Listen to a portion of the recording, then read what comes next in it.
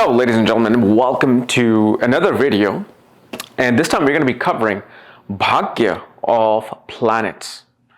So, last time we discussed, or I discussed, about the prarabdha of each planet, meaning the unchangeable karma that will occur for each planet. Now, let's look at the bhagya. Well, what is bhagya? Bhagya represents the ninth house of a chart, right? So, if let's say this is a chart of Cancer ascendant. Okay. So this is the ascendant, AS, ascendant. That number 4 is not the fourth house. It is the fourth sign of the zodiac belt called Cancer. Karka Karkata, right? So ninth from itself. So if you count counterclockwise, 1, 2, 3, 4, 5, 6, 7, 8, 9, you land on this house. So this is the house of Bhagya. This is the Bhagya Uday house. Okay. So this is the house of luck. Why is my pen so fat? Okay. This is the house of luck and fortune. And luck and fortune has always been determined through the blessings of a guru. See, you got to understand. The people that you see successful, influential, people who change things in this world, you got to understand they've been coming through many lives. And in those lives, most definitely they would have been blessed by a guru to move forward with their many lives and be blessed to do certain things, to do certain act and attain, whatever sustenance they need. Now, even the like I'm saying, billionaires, multimillionaires, they're not just becoming billionaires and multimillionaires just because from their work or just because they were born with the lucky stars. Why were they born with the lucky stars? Because a person born, let's say Elon Musk, born in South Africa. Well, what if 15 lifetimes before he was born in India, born in China, born somewhere, and then after that born in, let's say Australia, then born in India. And perhaps one of those lives, they were lucky enough to come across a guru who blessed them. But why is it that? Because I know many of you will be saying, well, all these billionaires and multimillionaires, they're ruining this world, ruining this planet. So most of them are this, most of them are that. Well, that's because you don't come into this life with just one type of fortune. You come here with many types of fortune and misfortunes.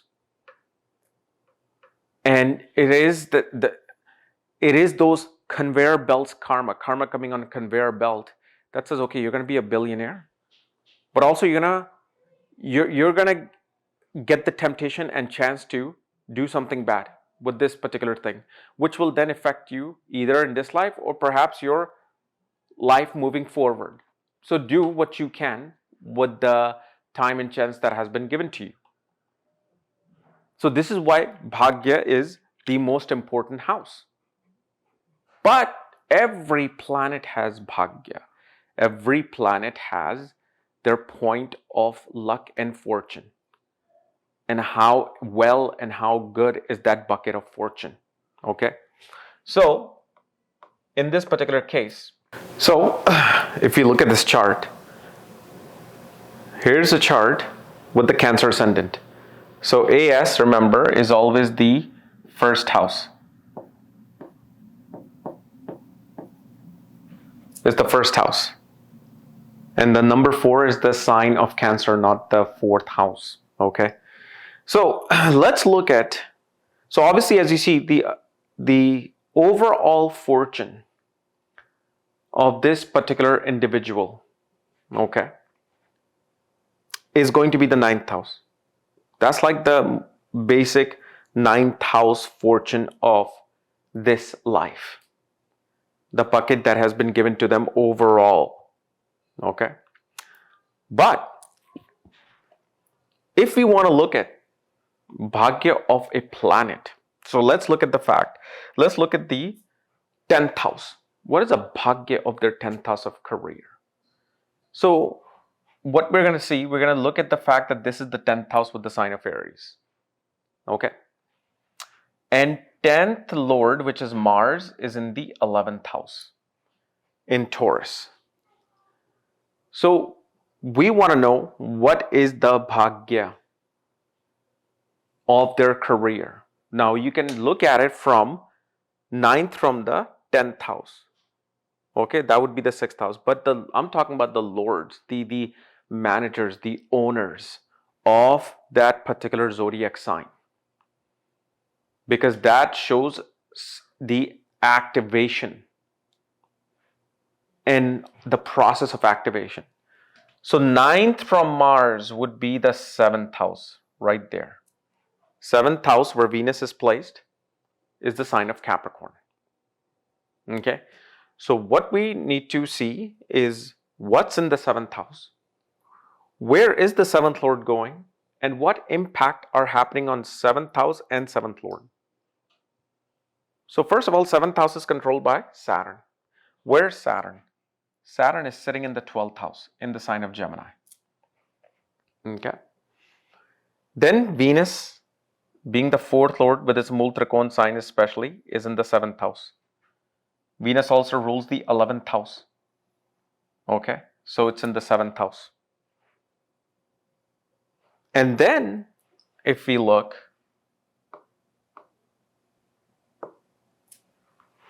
Jupiter in the 8th house, okay, which is a benefic planet, the most benefic planet, aspects Saturn in the 12th house with its 5th aspect. So when you're looking at a chart, okay, I know this is like not clean, but what we see here is that first of all, marriage itself becomes the activation of bhagya, whatever's in the bhagya. It could be 5%, 5% of bhagya in that pot, 25%, 65%, 90%. And for that, you always have to look at the strength of planets in different charts. You have to do different type of analysis. But this is just the basic tranche of this. Okay. So what we see here, first of all, because the 7th house is 9th from Mars, their career gets activated with marriage, number one. Also, because of marriage, this person goes to a foreign place after marriage. And they find blessings there because Jupiter from the 8th is aspecting Saturn. Jupiter throws its blessings at the 7th house. So specifically, this becomes very important with Jupiter aspect on Saturn in the 12th. Now, also, why is this person going to foreign lands? Because number one, their 4th Lord of establishment of home, okay? Their 4th Lord of establishment of home, which is Venus, is in the 7th house. And 7th house is a house of foreign lands. Why? Because 7th house is the furthest point from Saturn, from the ascendant. Because see, if you move here, the degrees increases. If it's a 360-degree chart, it'll increase all the way here. But here, once it crosses this degree of ascendant, 3 degrees and 8 arc minutes in Capricorn, then it starts to come back closer to the ascendant. So this is why this has been given the house of foreign lands. So foreign lands houses in astrological chart is this, this, this, and this.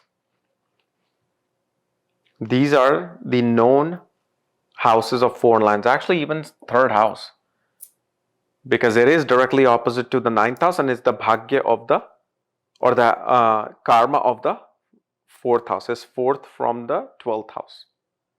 So we get that. So I don't need to show you that right now.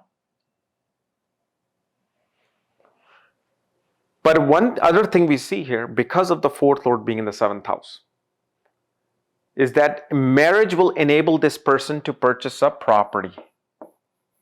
Okay? This person will be able to purchase a property because of the fact they got married. And why? Because the sign of Libra is there. Libra is naturally the energy of the seventh house of marriage. And fourth house, this fourth house also represents establishment of home after marriage. See, marriage's house is not just this. Again, this can deviate to a lot of different things, but just know this is the house that becomes really active when you're married and you're now separated from your parents as an adult. So the bhagya of the career is going to be activated through marriage, where they will purchase a property, go to foreign places with the blessings of Saturn. They will find their success, and naturally the 10th lord is in the 11th house of gain.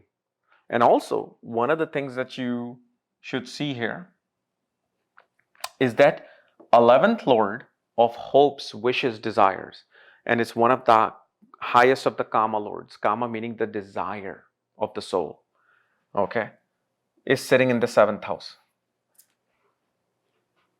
So it's right there, Venus. Marriage starts fulfilling the desires of this person, especially with the career, because Mars is the tenant of Venus. And Mars is ruling the 5th and 10th house. But we're only focusing on the 10th house here. So this is how you can determine what is to happen with the bhagya.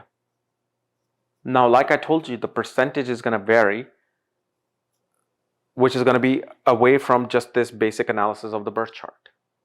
Okay. Now, let's even look at the bhagya of the ascendant lord. We know from the house itself, 9th house is the bhagya of this entire chart. But what about the ascendant lord? Where is the ascendant lord gone to? So the sign of Cancer is here, ascendant, and moon is right there in the 8th house. Okay. So we know that that's the moon. But bhagya of the moon, from the moon, the 4th house is the bhagya of the ascendant. So that one arrow is hitting 2 targets. Marriage will naturally overall improve the life of this person, including purchasing of a property. And this is why especially you will see whenever Venus goes into Kendra, that means you would be a Cancer, Aries, Capricorn, or Libra ascendant. Such people, actually, marriage becomes very important for the pillar of their life. Marriage becomes very important for the pillar of the life. Why? Because you got to understand one thing. Let me see if I can rotate this chart. Yeah, I can rotate this chart. Let's rotate this chart. Let's pretend this is an Aries ascendant, because I want to show you why. If this is an Aries ascendant, okay, so I will, why is it doing this? So I will say this is the ascendant. 7th is the sign of Libra. 7th house then becomes the sign of Libra. But Libra is 10th from the 10th, known as Bhavat Bhavam. 10th from the 10th. It is the highest of the status, fame, work, karma. So this is why Libra and the 7th house, and 7th house naturally represents attainment of higher status. Attainment of like promotions and titles, especially like if let's say Mercury is in the 7th house, then you will get a new title because Mercury's title is name. So this is what This is why Libra becomes important. So this is why for such people, marriage is becoming, so for this, especially this individual, career, okay, and overall life is being controlled by this 7th house and Venus. This is how we're seeing the bhagya. Now, let's say if you wanted to look at the bhagya of Saturn. Saturn, which is the karma. What's the action, right? When they perform an action, so when we are doing some karma, we become Saturn. When we are loving somebody, we become Venus, especially our spouse. So from Saturn, the 9th from Saturn is the 8th house. Okay? And you have Moon, Mercury, Jupiter sitting in the 8th house. And Jupiter is the 6th lord, sign of Sagittarius, and the sign of Pisces. Moon is naturally the ascendant lord, Mercury is the 11th and 12th lord.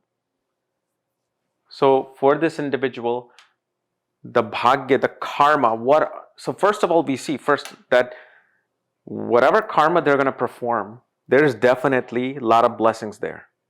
With 3 benefic planets, even though Moon is waning, it's still, because it's associated with 2 benefics, Mercury and Jupiter, it is going to become benefic in a way. Okay, it's not really that benefic if it was, unless it was like waxing, meaning forward from sun.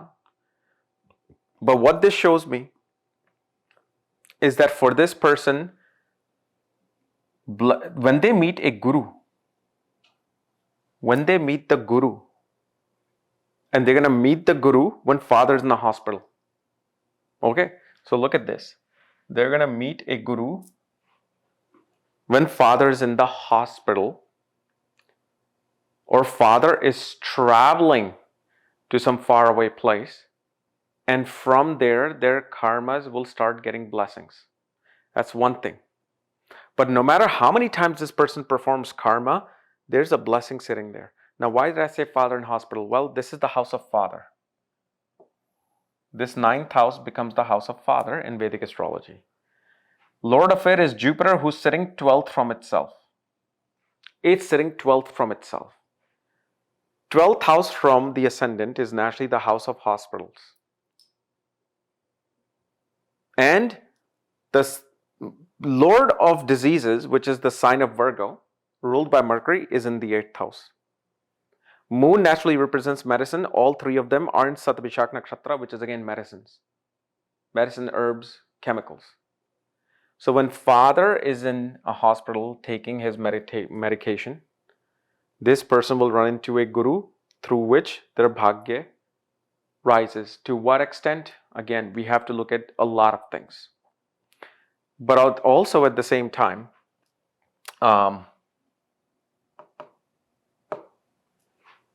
sign of Aquarius, okay? Sign of Aquarius is there, which is obviously co-ruled by Rahu as well as Saturn. So 9th from Saturn is the sign of Aquarius, where Moon, Mercury, Jupiter is. And the co-ruler is in the 5th house. Let's only focus on Saturn, just to make things simple. This person should, whenever they attend a seminar, a conference where a guru is present, a teacher is present, just attending that event will help in their work, because Saturn is work. Even though we know 10th Lord is Mars, but Saturn is work. And Aquarius represents gathering of large crowds, represents committees, organizations, conferences, big groups, big gathering. And Jupiter, the 9th Lord of luck, is naturally sitting there along with the ascendant Lord and Mercury. So there's a lot of like education happening. So for this person to always somehow get blessings, they should go to a conference, especially where there's a spiritual teacher, a guru is present. And there they will learn secrets. They will learn secrets far more than other people. Even if, let's say, this person was to attend some astrology conference, they'll get the most secrets out of everybody. And through that, they will be able to raise their luck. Because some spiritual teacher might say, well, you should do this type of meditation. It'll help you burn your karmas off, improve your life and your spiritual life. And they start doing those things. And that's how the rise in their life comes. Okay. Now also, if you just want to look at the house, even though this was really concerning the planets, you can even look at the house. If you look at the 10th house of career, okay, what would be the bhagya of their career? And I made a video on this as well. I think, boy, it must have been like last year August or something. But 9th from the 10th house is the sign of Sagittarius. Okay. And it's in the 6th house. Because of the fact it's not the 9th house. This right there is a 6th house of enemies, competition, rivalries, okay, obstacles. And here, especially for Cancer Sun people, what happens is they could be prone to making their gurus their enemies, teachers their enemies. Don't do that. The guru the mentor, it doesn't even have to be a spiritual person. It could be a mentor at work. And you will find the type of mentors who are going to go against you. That becomes the bhagya of the Cancer. Because of the fact Sagittarius lands in the 6th house. It's also the prarabdha. There's a strong prarabdha karma related to guru. So how is it that the rise of this happens? How can you get the rise of career? Just by using the house. Always respect and take the blessings of your mentor and guru, no matter how much you hate them, how much they hate you. Because perhaps you will only run into teachers and gurus that you may have done something to in past life, and now they're coming back again in this particular life. And even though they are your mentors, teachers, but somehow you just don't get along with them. And especially because it's the sign of Mars, you could be very headstrong. You could be thinking too much from your head and less from your heart, because the heart is hidden. It's in the 4th house.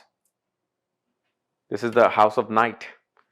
So you're going to think too much from your head and ego and be like, screw you.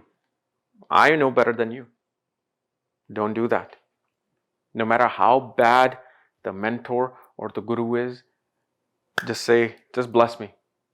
If your mentor at work says, you're the worst employee I've seen, you don't know what you're doing, you're like, you know what? I actually want to thank you because you just made me realize something that I need to improve myself. You will see the moment that ego of this house comes down, the moment you bring down that ego and actually are okay with being humiliated, the opposite happens. Each action has an opposite reaction. So what happens when you lower your ego down, your status down in front of someone, and accept the fact your status is down?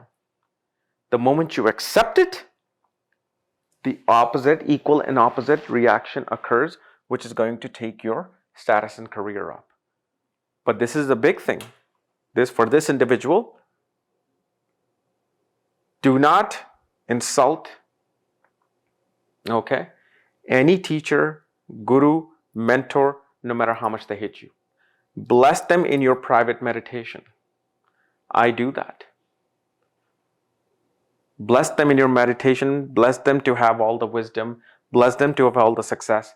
And you will see how this prarabdha starts getting cancelled.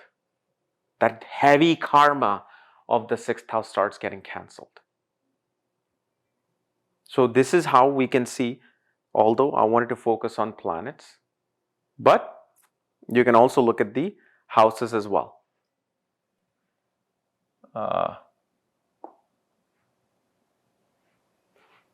Now, for example, Venus is in the 7th house. Venus is marriage, right? Marriage, spouse, wife. 7th house is naturally the house of marriage. So this actually becomes much easier for me to explain. So the bhagya of Venus and the 7th house becomes the 3rd house with the sign of Virgo. Then we already know that Virgo is ruled by Mercury. So one thing we see here, especially now, obviously in this particular case, this person would have younger siblings. This person would have younger siblings. And what it shows, you will have to help your younger sibling, especially during their loss of money. So if let's say you're single, you want to get married,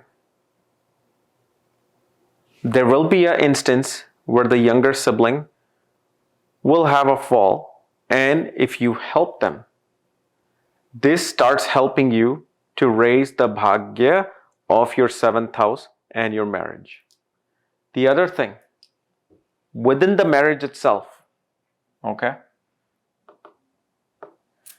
Within the marriage itself, so if let's say I was to make the 7th house the ascendant, flipping this, and Venus the ascendant. So in this case, it's the same thing. So let's try to do that. Here, I just flipped it. So let's pretend that Venus is in the ascendant here. From Venus, what would be the 9th house?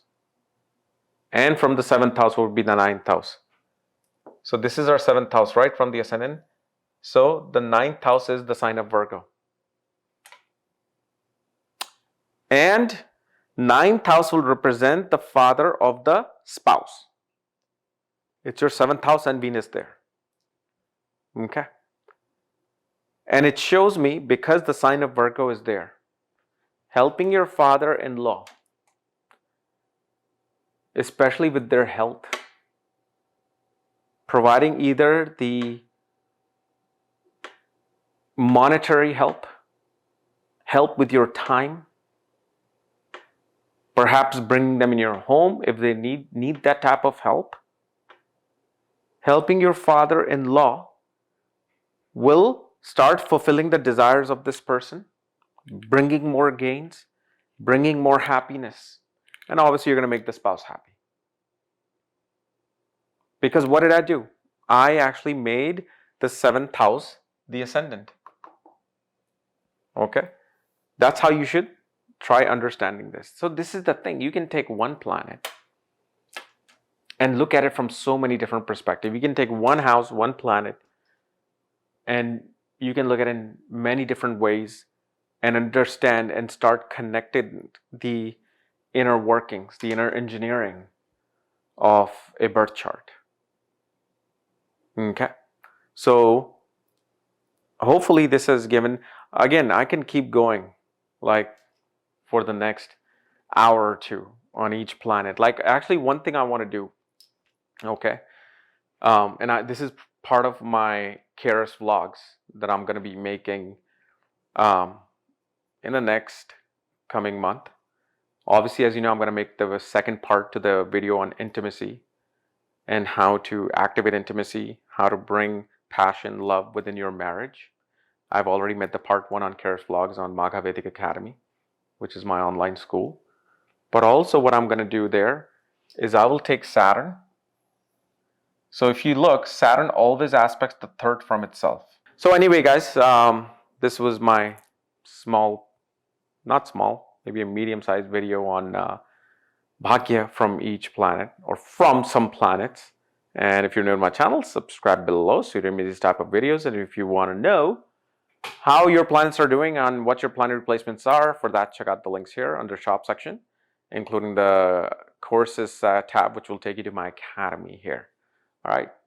Otherwise, we'll see you tomorrow with our regular series. Bye-bye.